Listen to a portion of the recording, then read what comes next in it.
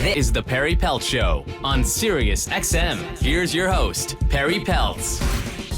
Welcome back, everybody. We're so glad that you could be here with us for this hour. It's been a while since we've been together.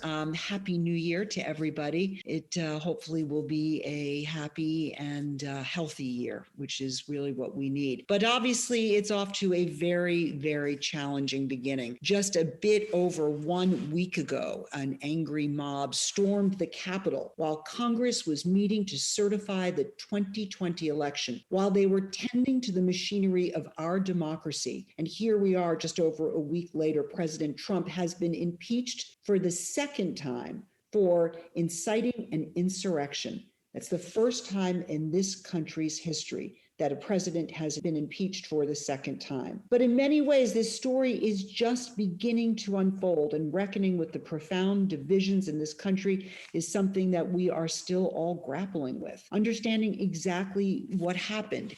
And for many people, for many of us, thinking through what the condition is right now of our democracy and understanding that. And I think for a lot of us who have young people in our lives, whether our children or whether we care for young people or teach young people, how to help them as they navigate a very complicated world. That's what today's show is about. So thank you for being with us. And it is my great pleasure to welcome back a guest who has been with us a few times, Rabbi Erwin Kula. Rabbi Erwin is a seventh generation rabbi, a disruptive spiritual innovator. He calls himself a rogue thinker. He is the author of the award-winning book, Yearnings, Embracing the Sacred Messiness of Life. And he is the president of Kula, the National Jewish Center for Learning and Leadership, which works at the intersection of religion, innovation, and the science of human flourishing. And for me, he is the person I turn to when I have a question or concerns that just I can't seem to wrap my arms around. And certainly we are at one of those moments right now. So Rabbi Erwin, thank you so much for being with us. We so appreciate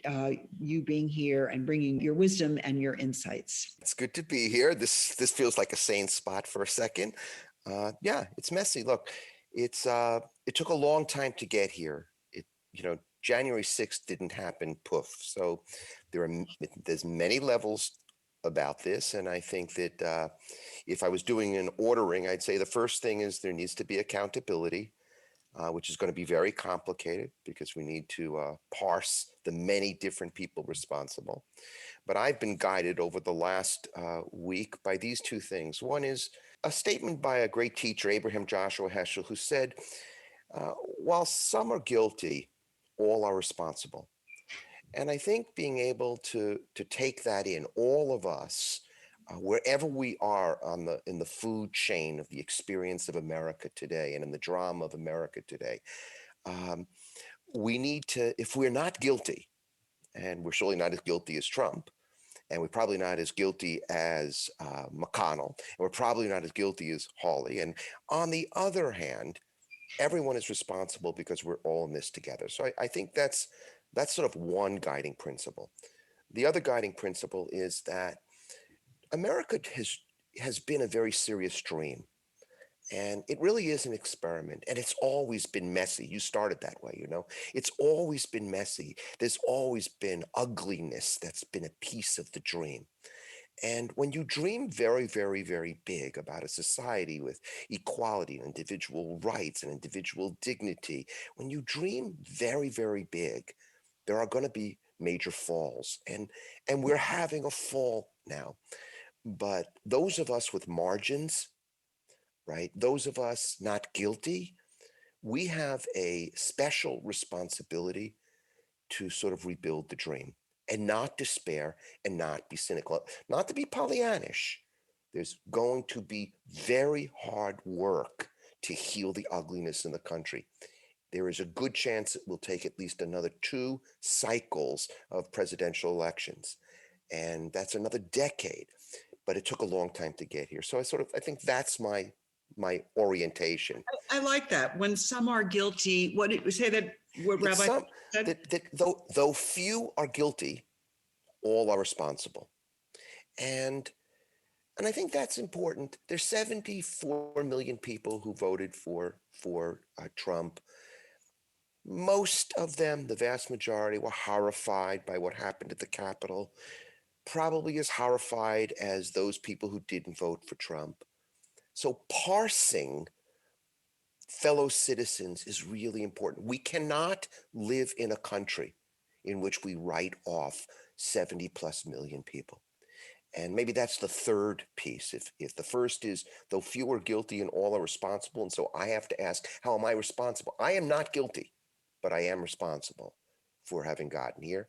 You know, this piece is, we got to parse carefully. We cannot live in a country where we write off 70 plus million people.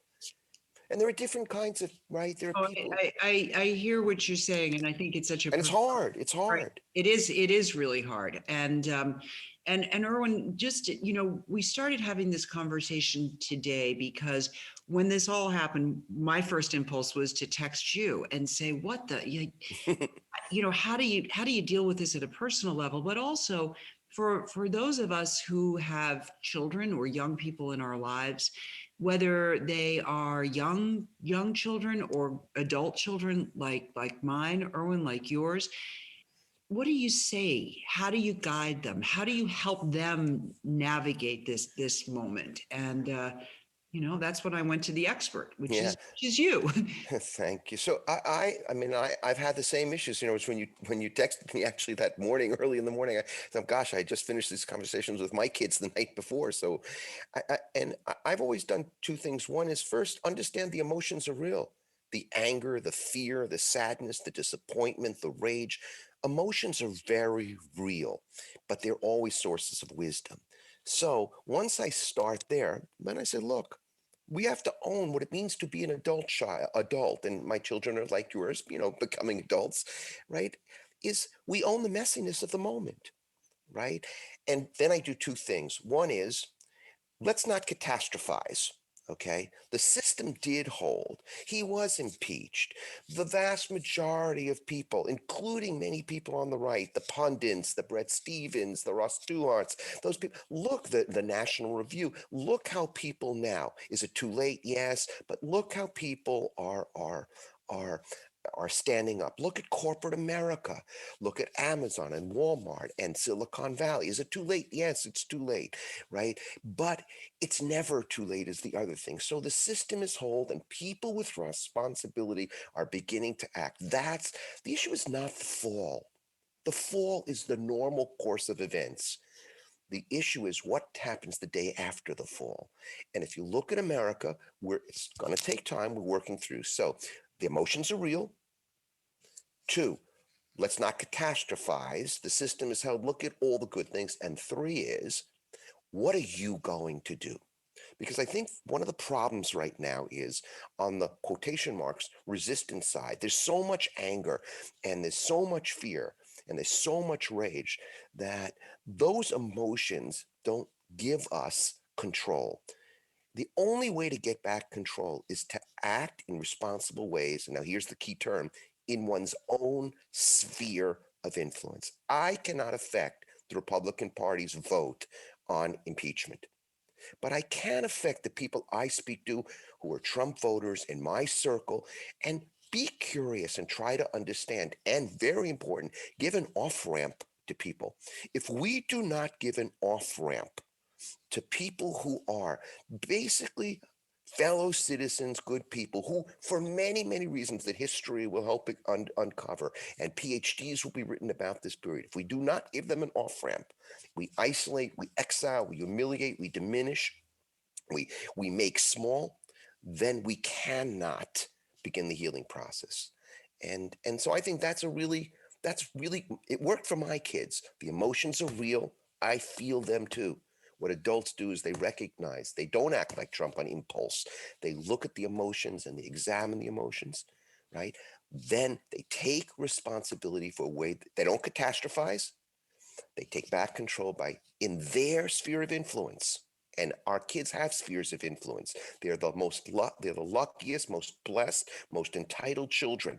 And I don't mean entitled in the not nice way, because none of our children are entitled actually in the not nice way. They are the most blessed children. They have tremendous influences in their circles, and their ability to learn that don't end up like Trump because of your lies. Let's not lie.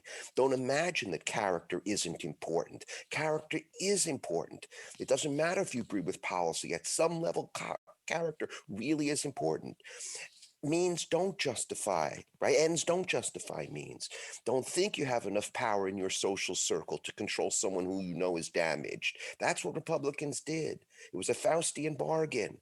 And when evil wins, reflect how to connect to the best of the other side. Don't make everybody on the other side evil. So there are a lot of things that we can say to our children. When you look at what's unfolding in yesterday's impeachment proceedings, and you say, I think for a lot of us, you thought when all of this unfolded at the Capitol last week, you think, okay, now is going to be the moment, right? This is going to be the moment where everybody comes together and we move happily ever after into a place where we come and there's a conciliation process. In fact, that didn't happen. There was still a lot of blaming the Democrats yesterday in these hearings. And you sit there and you think, if not now, when? Well, first of all, let's historically, more people from the other side voted for an impeachment than ever before in history. This is about the not catastrophizing, right? And do we want to hold up and lift up the people who were courageous, right? Or do we only want to dump on the people who weren't? And then the people who weren't have to be parsed. There is a difference between people who we know said to fellow friends in Congress, I am afraid to vote to impeach because my family has been threatened. That takes a lot of courage to do that. Freshman representatives that voted to impeach that were Republican, they need to be lifted up. So we have a choice. We can lift up those with courage. We can help recognize the variety of reasons people didn't have courage. Some are legitimate.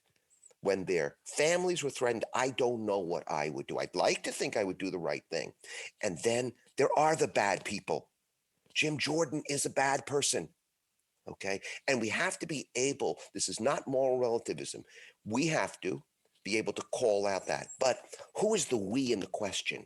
Because it turns out in polarized environments, one tribe can't hold the other tribe accountable.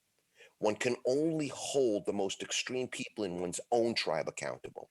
That's why lifting up the courageous people in the Republican Party, right? Those of us who have been horrified and distraught over what happened in the Capitol in the last 4 years. The most important thing we can do is lift up and support and encourage and not diminish those people who finally did have the courage. I disagree with Lynn Cheney on a million policies. But the courageous move she takes means we need to support her because the reckoning has to happen within the tribe. And by the way, that's true for our tribe too. Okay. The blue tribe has not been perfect, right, since the election of Trump either.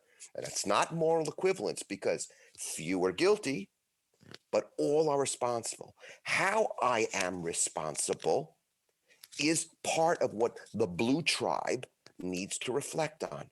Some of us resisted in the streets for good and for bad. Some of us were unconscious beneficiaries of the Trump administration. I know I was. I'm just a rabbi, and I cannot believe how my pension plan is, right? So owning that we are all in this together and lifting up the most courageous people on the other side is how I look at what's going on now. I didn't expect this is a toxic experience that has been beginning basically since the Reagan era. Okay, it got very toxic in the last 4 years. I didn't expect kumbaya in the House. In fact, people have to double down to protect their identities. Forget even about the death threats. They've constructed themselves. You know how hard it is to dismantle your identity? Some of these people's identities literally have to be dismantled and reconfigured. So can we lift up and support those most courageous on the other side and hope there's a reckoning in each tribe? Or let's take that into the specific and leave people with really something specific that they can use as they navigate this world right now with their families. What is your advice to parents, caregivers, people who are interfacing with young people at this moment, who at least in my immediate world, are fall into some place between despair, lack of hopelessness, and You want to make them feel good about the world in which they are navigating. But how do you help them? What's the specific go-to? One, who are we, our family, in this drama? Okay, we have to take back control of who we are. That's the non-catastrophizing. So I would have around the kitchen tables this weekend over the next few weekends as we install a new president, etc. We should say, who do we want to be in this drama now?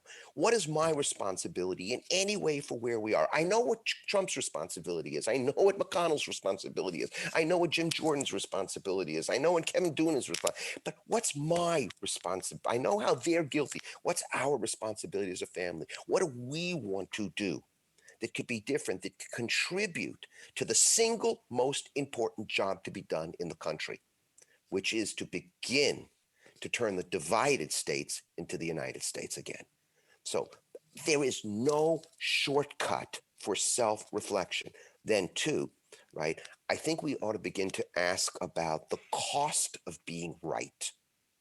We're of course right? Our policies are right, but there are always costs. There was costs to globalization, and there's costs to cultural freedoms, and there's always costs. Let's talk about the costs honestly. And three, everybody needs to read the best of the other side, not the worst of the other side. If you are a blue tribe, you have to read the best of what red is writing right now, and come back to the table. What did you learn? Something, no matter how infinitesimal, from the other side. Okay, so one, who are we as a family? And you, as a high school kid in this drama, did you bully anybody because in high school it may be that blue wins over red? What did you do, right? And how did it feel? And what sacrifices are we willing to make because we believe the divided states can be the United States, right? Two, what cost to being right? Have there been any costs that we can acknowledge? Is there anything we can learn from the best of the side we most deeply disagree? And of course, the last is always the same, and that is act. You have to act to mitigate someone else's vulnerability, because many of our kids and many of us who are freaking out right now, the unconscious reason we're freaking out is because it is very painful to realize we have not done enough to heal some of the deep wounds in this country.